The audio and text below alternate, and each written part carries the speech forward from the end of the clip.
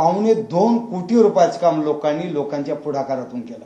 मग त्यांना आम्ही वाळू असेल जिल्हाधिकाऱ्यांना भेटलो, साहेब आम्हाला परमिट द्या, एवढ्या वाळूची गावासाठी गरज आहे. 2600 रुपये रेट असणारी वाळू आम्हाला 1600 रुपयात मिळाली. एका कंपनीचा प्रोजेक्ट केला सिमेंटचा, आम्हाला 30 रुपये फरकाने सिमेंट मिळालं. ते सिमेंट कलरच्या बाबतीत केलं आणि एवढं सुंदर काम झालं की पहिल्यांदा ज्याच्याकडे पैसे आहेत त्यांनी आज पंचायतीत जमा करायचे, उद्या मटेरियल संपले. मग काही आले 1 महिना उधार देता का, मग 2 महिने 3 महिने, आणि 22-23 लोकांचा ग्रुप असा आला की ते म्हणले की ज्यावेळेस पैसे येतील त्यावेळेस देऊ. मग यांच्याकडे पैसे नाही, अडचणीचे. आता नाही करावं तर बघा, मग श्रीमंत आहेत त्यांना देत आहेत आणि ज्याची हमी नाही त्यांचं काय.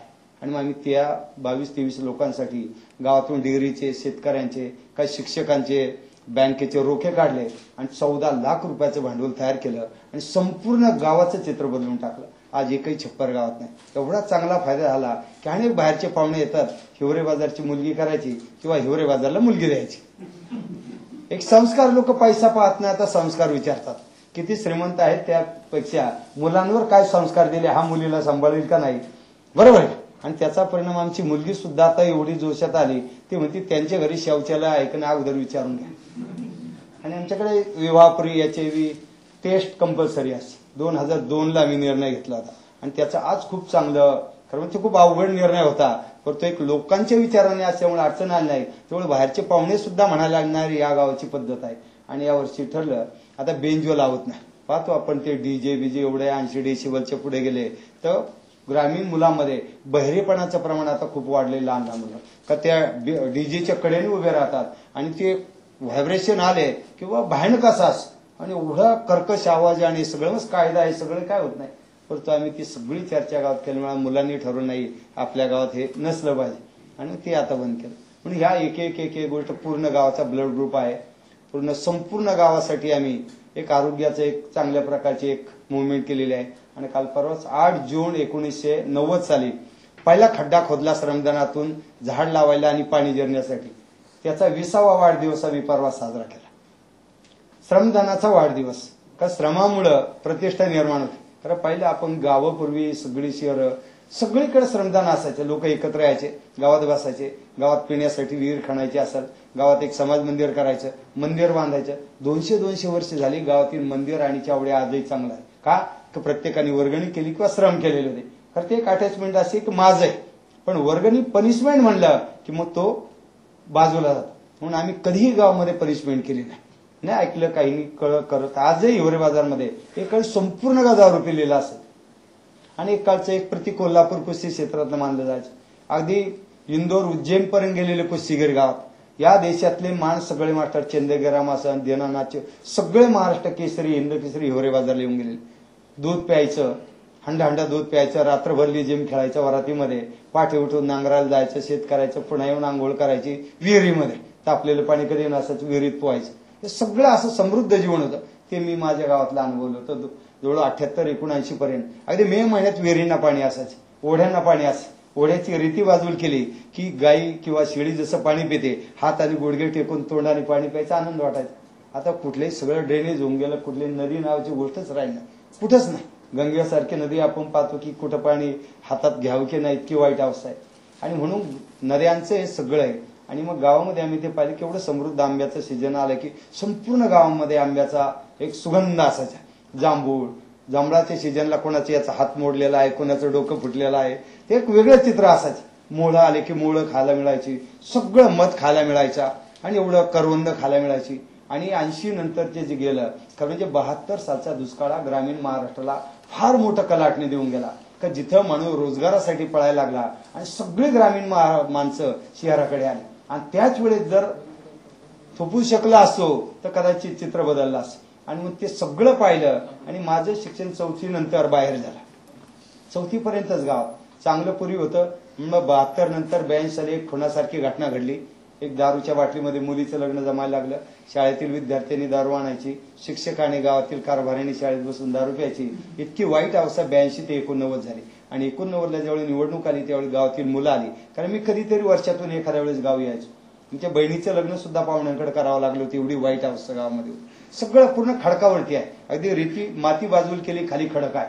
आणि असं जगण्यासारखी परिस्थिती नसणाऱ्या गावामध्ये आणि असं वाटलं की बालपणी खरोखर किती छान गाव होती.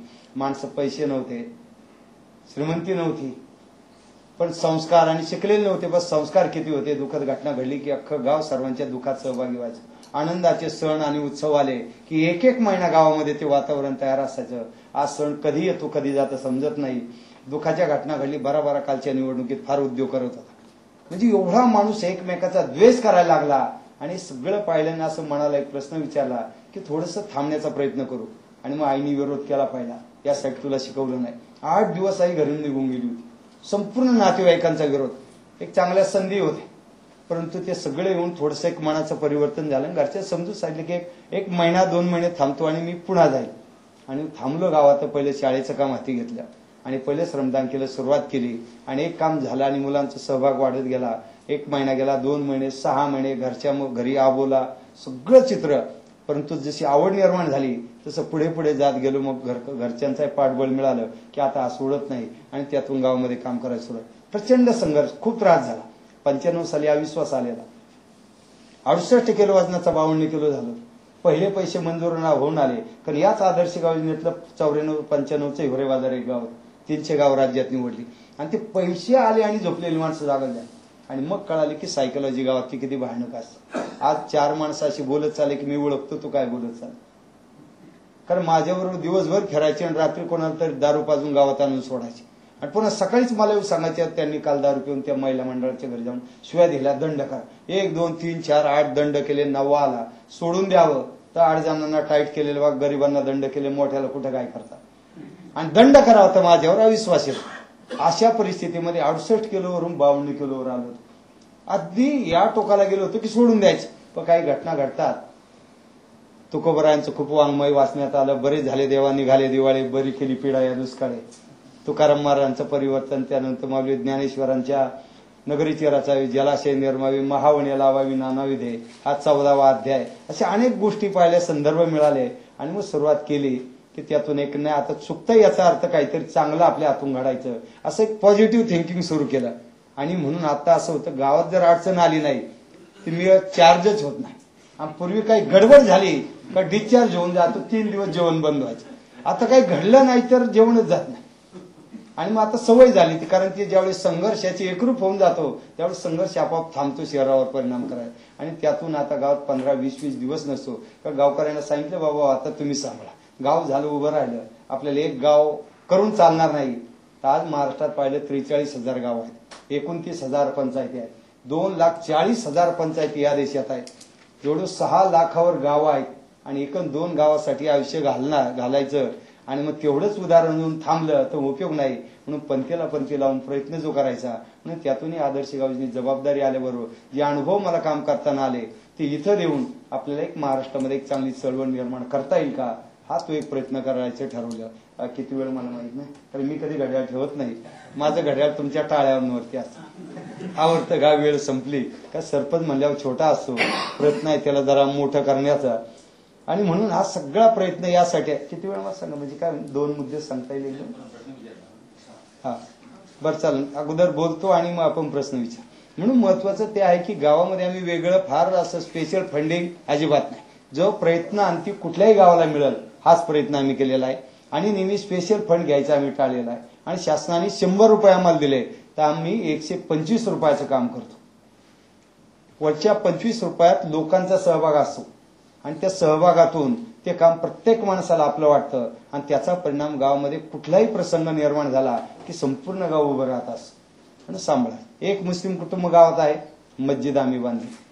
दलितांसाठी चावडी बक्षातून बांधली, सरकारी योजनेतून नाही.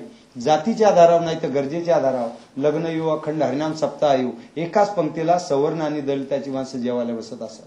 त्याचा परिणाम कुठली निवडणूक आली ते एका मताला 2 नाही 5,000 देण्याचा प्रयत्न करा, कोणी हात लावणार नाही.